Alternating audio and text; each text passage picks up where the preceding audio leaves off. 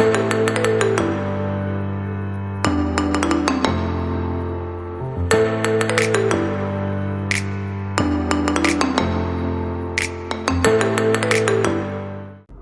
Guys, what's up, welcome in Qfix. तो जैसा कि आप देख सकते हैं, आज हमारे सामने एक ग्री इन्वर्टर एसी की पीसीबी है और इस पीसीबी के अंदर प्रॉब्लम ये है कि सप्लाई देने के कुछ समय के बाद में इसकी जो डिस्प्ले है उस पर E6 का एरर आता है। इसके एरर कोड के हिसाब से अगर हम देखें तो E6 का जो एरर कोड का मतलब है वो है इंडोर टू आउटडोर कम्युनिकेशन का। तो आज के इस वीडियो में हम इसी फॉल्ट को रिपेयर करने वाले हैं और देखने वाले हैं कि ये जो प्रॉब्लम है इस पीसीबी में कहाँ से आ रही है। तो प्लीज़ वीडियो को लास्ट तक ज़रूर देखिएगा और अगर आपको वीडियो पसंद आती है तो प्लीज़ वीडियो को लाइक ज़रूर कीजिएगा। तो अभी इस पीसीबी को हम देंगे सबसे पहले सप्लाई, और सप्लाई देने के बाद चेक करेंगे कि इसमें E6 के अलावा और कोई एरर तो नहीं आ रहा है। अभी इस पीसीबी को हमने कंप्लीट सेटअप पर लगा रखा है। ये आउटडोर की पीसीबी है, ये इसके इंडोर की पीसीबी है, ये इसकी डिस्प्ले है। यहाँ पर आउटडोर की UVW motor, compressor, sensor, indoor की BLDC मोटर, सेंसर और सारी चीज़ें कनेक्टेड है आपस में। तो पीसीबी को सप्लाई देते हैं। पीसीबी को हमने सप्लाई दे दी है और यहाँ पर डिस्प्ले पर 25 टेम्परेचर जो है वो आ चुका है। आउटडोर में देख सकते हैं LED ऑन हो चुकी है। अब हम वेट करते हैं एरर के आने का। तो जैसा कि आप देख ही सकते हैं, इसके डिस्प्ले पर E6 का जो एरर है वो आ चुका है। अब अगर आपके किसी भी यूनिट के अंदर कम्युनिकेशन का एरर आ रहा है तो सबसे पहले आपको ये चेक कर लेना है कि आउटडोर का जो बोर्ड है वो डेड तो नहीं है।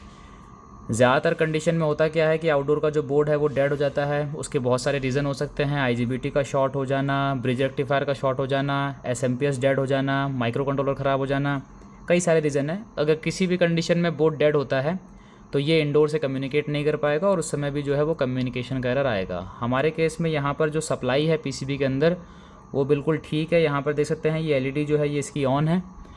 इसका मतलब इसमें सप्लाई बन रही है और शॉर्टिंग वगैरह नहीं है इसमें। तो अब इसके बाद क्या चेक करना है, तो मैं आपको यही बताऊँगा कि कम्युनिकेशन सर्किट को किसी भी पीसीबी के अंदर किस तरीके से स्टेप बाय स्टेप चेक कर सकते हैं। तो यहाँ पर सबसे पहले हमें करना है कम्युनिकेशन का जो वायर है इंडोर टू आउटडोर उसको डिस्कनेक्ट। तो मैं यहाँ पर इस कम्युनिकेशन के वायर को निकाल लेता हूँ कुछ इस तरीके से। अब आपको खोजना है कम्युनिकेशन बैंक। होता क्या है पीसीबी के अंदर 15 वोल्ट, 5 वोल्ट, 12 वोल्ट ऐसी सप्लाई के बारे में आप जानते ही है। 5 वोल्ट चाहिए होता है माइक्रो कंट्रोलर के लिए, 12 वोल्ट चाहिए होता है रिले वगैरह के लिए और 15 वोल्ट चाहिए होता है IPM और PFC सर्किट के लिए। इसके अलावा हमें एक और सप्लाई की ज़रूरत पड़ती है जिसको कि हम यूज़ करते हैं कम्युनिकेशन के लिए। उसी को हम बोलते हैं कम्युनिकेशन बैंक। कम्युनिकेशन बैंक पर जो वोल्टेज होते हैं वो 5 वोल्ट, 12 वोल्ट, 15 वोल्ट इन सब से सेपरेट होते हैं। जैसे कि आपने देखा होगा 5 वोल्ट, 12 वोल्ट, 15 वोल्ट का जो ग्राउंड रहता है वो सब कॉमन रहता है, लेकिन जिस सप्लाई की मैं बात कर रहा हूँ उसका इन सप्लाई से कोई लेना देना नहीं होता है। तो अब कम्युनिकेशन बैंक को खोजेंगे कैसे? देखिए, ये जो कम्युनिकेशन बैंक होता है वो या तो आपको इंडोर की पीसीबी में मिलेगा या आउटडोर की पीसीबी में मिलेगा। और किस टाइप के कम्युनिकेशन सर्किट में मिलेगा? तो ये मिलेगा आपको DC 2-वे कम्युनिकेशन सर्किट में। 70% जो बोर्ड है मार्केट में, वो चाहे किसी भी ब्रांड के क्यों ना हो, उसके अंदर DC 2-वे कम्युनिकेशन सर्किट का ही यूज़ होता है ज़्यादातर, और वहीं पे हमें कम्युनिकेशन बैंक भी मिलेगा। तो यहाँ पर खोजने का तरीका ये है कि या तो कम्युनिकेशन वायर के पास में या हमारे कम्युनिकेशन के जो फोटो कपलर है उसके पास में आपको एक कैपेसिटर देखने के लिए मिलेगा। कुछ इस टाइप का देख सकते हैं कैपेसिटर दिख रहा है आपको। ये बड़ा भी हो सकता है, छोटा भी हो सकता है। इस कैपेसिटर पे जो वोल्टेज आते हैं वो 16 वोल्ट से लेकर के 160 वोल्ट तक हो सकते हैं, डिपेंडिंग ऑन द ब्रांड। मेरा कहने का मतलब ये है कि कंपनी के हिसाब से अलग अलग वोल्टेज यहाँ पर हो सकते हैं। किसी में यहाँ पर 20 वोल्ट होते हैं, किसी में 24 होते हैं, किसी में 56 होते हैं, किसी में 72 होते हैं और किसी में 150 वोल्ट भी हो सकते हैं। तो 16 वोल्ट से लेकर के 160 वोल्ट के बीच में यहाँ पर वोल्टेज होते हैं। अब क्योंकि ये जो कम्युनिकेशन बैंक है वो हमें आउटडोर के अंदर दिख रहा है, इसका मतलब इसके इंडोर में नहीं होगा। ये दोनों में से किसी भी एक जगह पर हो सकता है। अब इस कैपेसिटर पर जो वोल्टेज आते हैं उसको हम यूज़ करते हैं कम्युनिकेशन के सिग्नल को लंबी दूरी तक ट्रैवल करवाने के लिए। इंडोर टू आउटडोर जो डिस्टेंस होता है वो ज़्यादा होता है। कम वोल्टेज के सिग्नल होते हैं वो लंबी दूरी तक ट्रैवल नहीं कर पाते बिकॉज ऑफ रेजिस्टेंस। इसके बीच में जो वायर लगेगा उसकी भी रेजिस्टेंस होगी। तो यहाँ पर हमें एक्स्ट्रा प्रेशर चाहिए होता है सिग्नल को ट्रैवल करवाने के लिए, और हम वो जो काम है वो इसी कम्युनिकेशन बैंक की मदद से कर पाते हैं। तो अब यहाँ पर जो ये कम्युनिकेशन बैंक लगा है, सबसे पहले हम चेक करेंगे इस पे वोल्टेज। देखिए, इस कैपेसिटर को चार्ज करने के बहुत सारे तरीके हैं। जैसे कि हम 5 वोल्ट, 12 वोल्ट, 15 वोल्ट की सप्लाई बनाते हैं एसएमपीएस से। हम क्या कर सकते हैं, एक और सेकेंडरी वाइंडिंग का यूज़ करके एक सेपरेट सप्लाई भी बना सकते हैं, जो कि आपको मित्सुबिशी के अंदर देखने के लिए मिलेगा। इसके बाद हम यूज़ कर सकते हैं बक कन्वर्टर सर्किट का। तो बक कन्वर्टर भी यूज़ करते हैं इसको चार्ज करने के लिए, जो कि आपको एलजी वगैरह में देखने के लिए मिल सकता है। और जो एक सबसे कॉमन तरीका है वो है ज़िनर रेगुलेटेड सप्लाई। तो यहाँ पर जो सर्किट यूज़ हुआ है इस कैपेसिटर को चार्ज करने के लिए वो है ज़िनर रेगुलेटेड सप्लाई। तो इस पे कैपेसिटर पे जो वोल्टेज आएंगे वो हमें प्योर डीसी मिलने चाहिए। तो इसको चेक करने के लिए हम क्या करेंगे, सबसे पहले मल्टीमीटर लेंगे और हमारे इस कैपेसिटर के पैरेलल में यहाँ पर एक रजिस्टर लगी हुई है, ये इसके पैरेलल में है रजिस्टर। तो इस रजिस्टर के दोनों हिस्सों पर चेक कर लेंगे तो हमें इस कैपेसिटर के वोल्टेज पता चल जाएंगे, या हम पीसीबी को पलट के भी चेक कर सकते हैं।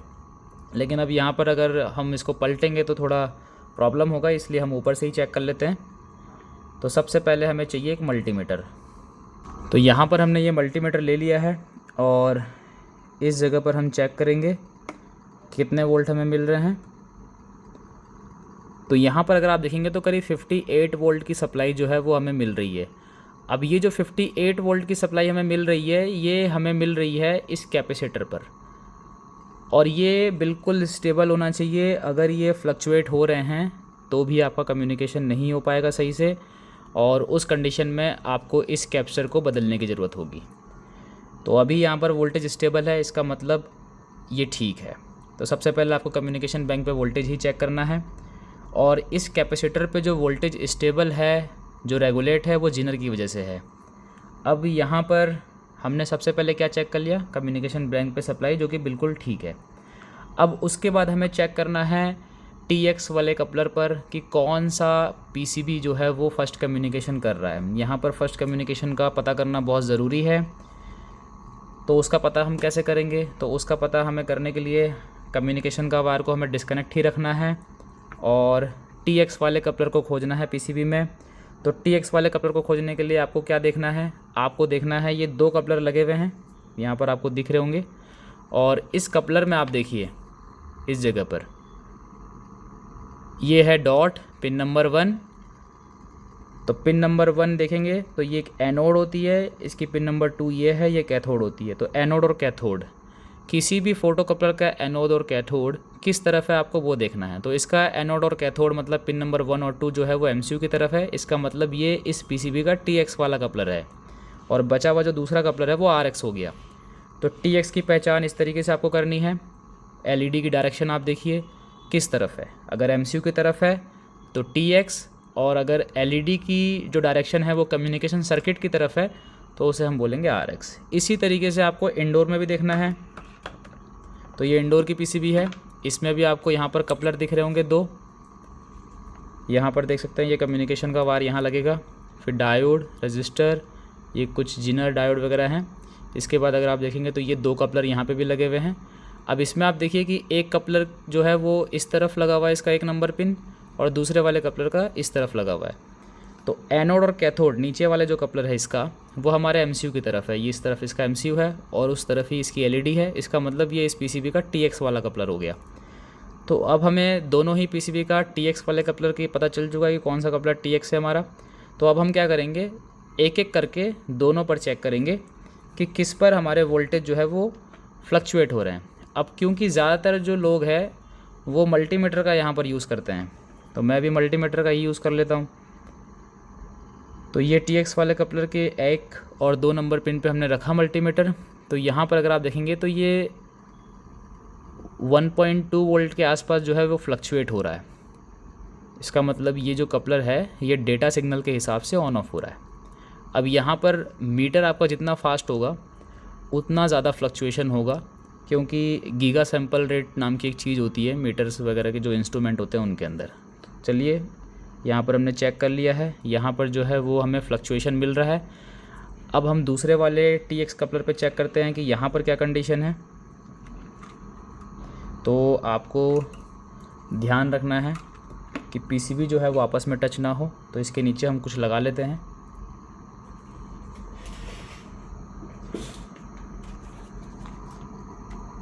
और इसके ऊपर इस पीसीबी को रख लेते हैं।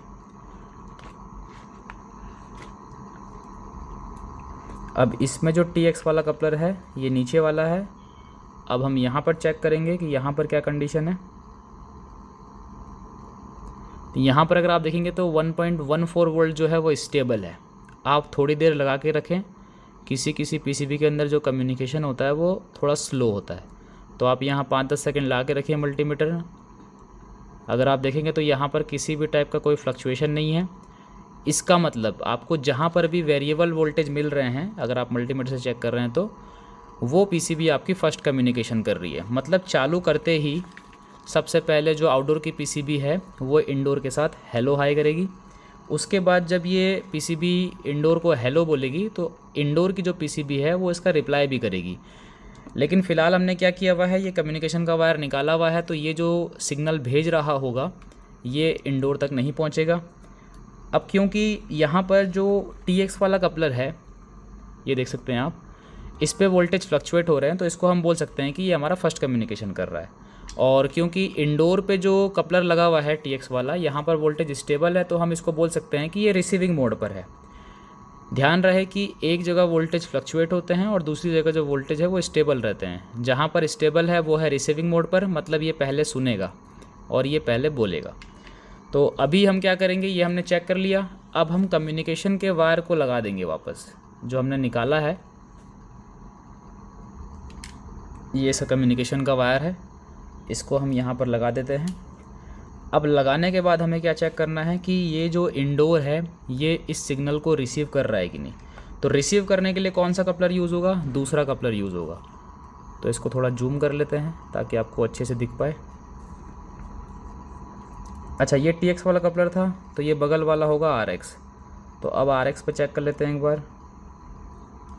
तो मैं अभी जो पिन नंबर 3 और 4 है वहाँ पर अपना मल्टीमीटर लगा रहा हूँ। तो यहाँ पर अगर आप देखेंगे तो ये 1 वोल्ट बिल्कुल स्टेबल है। अब अगर ये 1 वोल्ट स्टेबल है यहाँ पर, इसका मतलब ये जो है सिग्नल रिसीव नहीं कर पा रहा है। अब अगर जब तक ये सिग्नल रिसीव नहीं करेगा ये TX भी नहीं करेगा, और जब तक ये TX नहीं करेगा तो आउटडोर रिसीव नहीं करेगा। इसका मतलब जो आउटडोर अभी इससे कहना चाहता है वो ये सुन ही नहीं पा रहा है। अब यहाँ पर जो आपने देखा वो थे हमारे 1 वोल्ट के करीब। तो अगर यहाँ पर 1 वोल्ट या इससे कम 800 मिली वोल्ट के आसपास होते तो समझ लीजिए कि आगे कोई ट्रांजिस्टर लगा है। और क्या होगा कि जब ये कपलर ऑन ऑफ होगा तो ये इस ट्रांजिस्टर को ऑन ऑफ करवाएगा। ये जो ट्रांजिस्टर लगा है इसका काम है जो सिग्नल आ रहा है उसको इन्वर्ट करना और MCU तक सिग्नल को पहुँचाना। तो अभी क्योंकि इस पर तो कोई फ्लक्चुएशन हमें दिख ही नहीं रही है, इसका मतलब जो है ये RX नहीं कर पा रहा है। अब RX का देखते हैं रास्ता कहाँ से है, सिग्नल कहाँ से आएगा। तो अभी हम लोग मल्टीमीटर को न्यूट्रल और कम्युनिकेशन पे रखते हैं क्योंकि वहाँ से सिग्नल तो निकल ही रहा है। तो यहाँ पर अगर आप देखेंगे तो ये ब्लू वाला जो वायर है ये न्यूट्रल का है। तो न्यूट्रल पे हमने एक मल्टीमीटर की प्रोब रखी। मल्टीमीटर हमारा DC पर सेट है और यहाँ पर चेक करते हैं ये डायोड का कौन सी पिन है, ये एनोड पिन है। तो देख सकते हैं यहाँ पर फ्लक्चुएशन हो रहा है क्योंकि हमारा जो आउटडोर है वो सिग्नल भेज रहा है, और सिग्नल भेजने के बाद ये यहाँ तक हमें रिसीव भी हो रहा है कम्युनिकेशन के वायर से। अब इसकी दूसरी तरफ हम चेक करेंगे, ये कैथोड है। तो यहाँ पर अगर पॉजिटिव सिग्नल है तो ये यहाँ पे भी मिलेगा। तो ये देख सकते हैं ये मिल रहा है हमें, इसका मतलब यहाँ तक भी सब ठीक है। इसके बाद नीचे की तरफ से 13K की 2 रजिस्टर जैसे यहाँ ऊपर दिख रही है आपको, नीचे भी लगी हुई है। और फिर ये डायोड और रजिस्टर से होता हुआ यहाँ पहुँचेगा। तो यहाँ पे भी देखेंगे तो वोल्टेज जो है वो अप डाउन हो रहे हैं हमारे। अब रजिस्टर का फ़ायदा यही है कि यहाँ पर जो करंट लिमिट होगा, करंट लिमिट होने से वोल्टेज ड्रॉप होते हैं। और फोटो कपलर जो लगा है हमारा आगे, इसको हम सीधा तो दे नहीं सकते 58 वोल्ट या जो भी हमारे फ्लक्चुएट हो रहे हैं वो वोल्टेज ज़्यादा है, तो इसलिए बीच में करंट लिमिटिंग रजिस्टर लगाते हैं। आपने देखा होगा यहाँ PTC भी यूज़ करते हैं। तो अब इसके दूसरी तरफ चेक करेंगे, यहाँ पर आप देखेंगे अगर तो वोल्टेज जो है फ्लक्चुएट तो हो रहे हैं, लेकिन यहाँ पर जो वोल्टेज हमें मिलनी चाहिए वो काफ़ी कम है। अब होता क्या है कि यहाँ पे सिग्नल आया, ये कौन सी पिन है, ये कलेक्टर वाली पिन है। एनोड के सामने कलेक्टर होती है, कैथोड के सामने एमिटर होती है। तो अब जब कलेक्टर पे यहाँ से पॉजिटिव आएगा डायोड से, रजिस्टर से होता हुआ आएगा, यहाँ पे आएगा, ये वाला फोटो कपलर परमानेंट ऑन रहेगा जब तक सिग्नल रिसीव नहीं हो जाता। इसी को हम RX मोड बोलते हैं। अब जब ये ऑन है तो ये क्या करेगा, सीधी सप्लाई जो है कलेक्टर पे आएगी वो एमीटर की तरफ फ्लो करवा देगा। अब इसका जो एमीटर है उस एमीटर से वो पॉजिटिव जो है वो फ्लो होगा और जाएगा सीधा इसके एनोड पे। तो यहाँ पर हम चेक करते हैं न्यूट्रल पे रख के इस जगह पर, तो यहाँ पर देख सकते हैं कुछ भी वोल्टेज नहीं मिल रहा है हमें। यहाँ पे चेक करेंगे तो यहाँ पर भी कुछ वोल्टेज नहीं मिल रहा है हमें। इसका मतलब यहीं पे कुछ ना कुछ गड़बड़ है। सबसे पहले हम ये जिनर वगैरह को चेक कर लेते हैं, अगर इसके पैरेलल में लगे होंगे और ये ख़राब होंगे तो ये दिक्कत दे सकते हैं। तो पीसीबी की सप्लाई को एक बार निकालते हैं।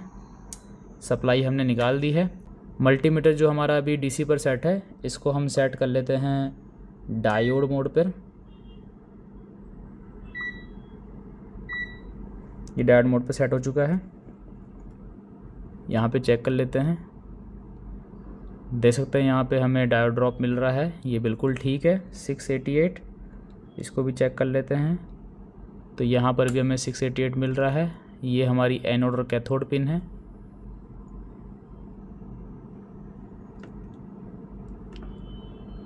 यहाँ पर अगर हम चेक कर रहे हैं देख सकते हैं यहाँ पे कुछ गड़बड़ है। मैंने अभी इसकी जो पॉजिटिव प्रॉब है मल्टीमीटर की वो एनोड पे रखी है और नेगेटिव जो प्रॉब है उसको मैंने कैथोड पे रखी है। तो यहाँ पर देख सकते हैं हमें कितनी रीडिंग मिल रही है, 0.02, मतलब सिर्फ 20 मिली वोल्ट का डायोड ड्रॉप हमें मिल रहा है।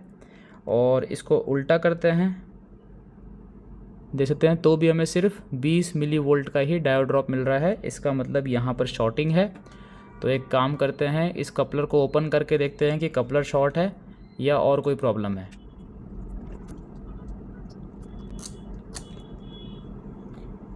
तो ये देख सकते हैं कपलर जो है वो हमने ओपन कर दिया है।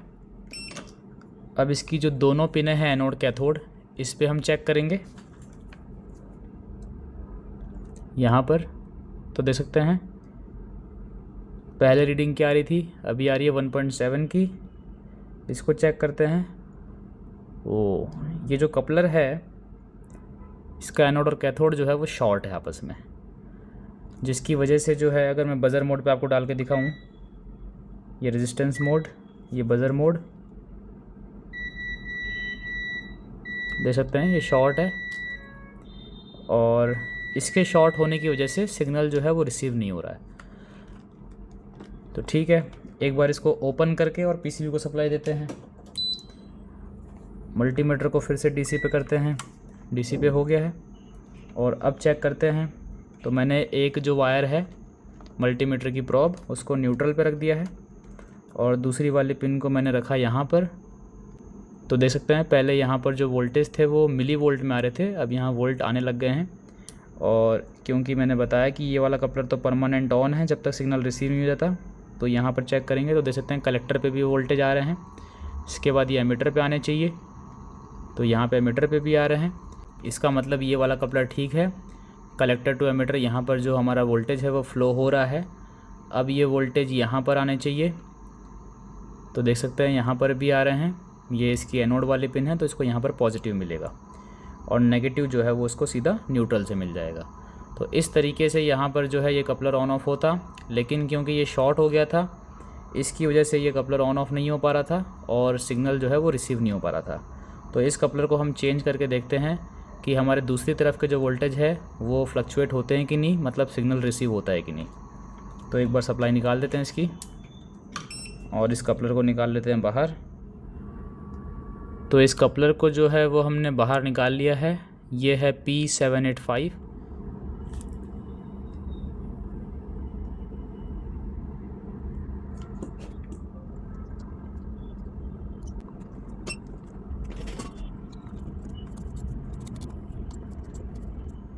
तो अब जैसा कि आप देख ही सकते हैं यहाँ पर जो फ़ोटो कपलर है वो हमने चेंज कर दिया है और अब हम पीसीबी को सप्लाई देंगे और उसी तरीके से चेक करेंगे जैसे हम पहले कर रहे थे। ब्लैक वाली जो प्रॉब है उसको हमने न्यूट्रल पे रख दिया है। रेड वाली प्रॉब से चेक करेंगे कलेक्टर पे हमें वोल्टेज मिल रहे हैं कि नहीं, तो हाँ कलेक्टर पे हमें वोल्टेज मिल रहे हैं। फिर ये कपलर परमानेंट ऑन है अभी, तो यहाँ पर अगर आप देखेंगे तो ये एमिटर की तरफ भी फ्लो हो रहे हैं, फिर एमिटर से जाएंगे इसके एनोड पे। अब ये वोल्टेज का जो ड्रॉप है वो इसलिए कम हो गया है क्योंकि एलईडी इसकी खुद एक लोड है, तो यहाँ पर वोल्टेज जो है अंडर 1 वोल्ट आ चुके हैं। तो यहाँ पर भी देख सकते हैं फ्लक्चुएशन हो रहा है, मतलब पॉजिटिव इसको इस कपलर के थ्रू मिल रहा है और नेगेटिव इसको जो है सीधा न्यूट्रल से मिलेगा। तो यहाँ पर अब क्योंकि इसका फोटो कपलर को जो रिक्वायरमेंट थी वो मिल चुकी है, तो इसके दूसरी तरफ जो है एमिटर और कलेक्टर की तरफ हम चेक कर लेते हैं कि यहाँ पर जो हमें पहले 1 वोल्ट मिल रहे थे स्टेबल, वो वेरी हो रहे हैं कि नहीं, तभी सिग्नल RX होगा। अगर यहाँ वेरी होंगे तब देख सकते हैं यहाँ पर जो वोल्टेज है वो अब वेरी होने लग गए हैं। अब ये जो वोल्टेज है इस ट्रांजिस्टर के बेस पर जाते हैं और यहाँ पे जब फ्लक्चुएशन होती है तो इसके ट्रांजिस्टर ऑन ऑफ होता है और यहाँ पर अगर आप देखेंगे तो ये जो है 3.3 वोल्ट जितना अप डाउन हो रहा है, इसका मतलब सिग्नल RX हो रहा है। अब जब ये सिग्नल RX हो रहा है तो यहाँ से ये TX भी करेगा। तो TX वाले कपलर पे हमने लगाया मल्टीमीटर का एनोड कैथोड पर प्रोब।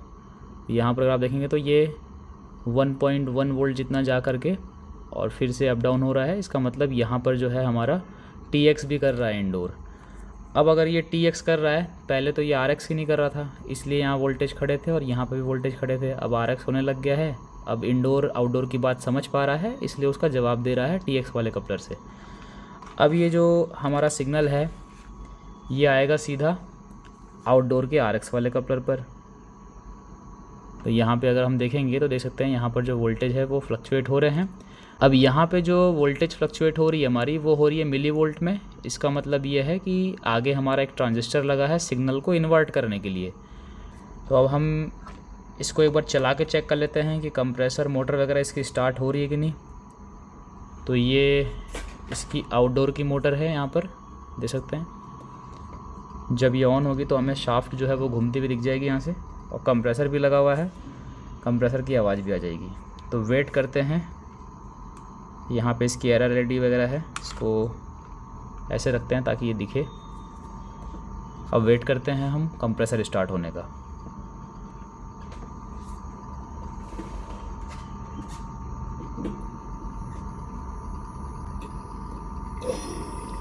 देख सकते हैं इसकी UVW मोटर और कंप्रेसर दोनों जो है वो एक साथ स्टार्ट हुए हैं।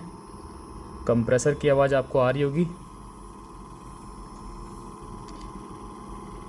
इसके IPM पर किसी भी टाइप की कोई हीट सिंक नहीं है, तो ज़्यादा लंबा हम इसको चला नहीं सकते।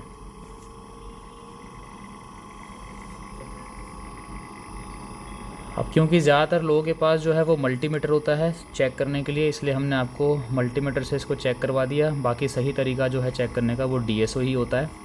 यहाँ पे आपको ये तो पता चल गया कि अप डाउन हो रहा है बोल के वोल्टेज, लेकिन आपको ये नहीं पता चल पाएगा कि लॉजिक लेवल पूरा लो हो रहा है या पूरा हाई हो रहा है कि नहीं।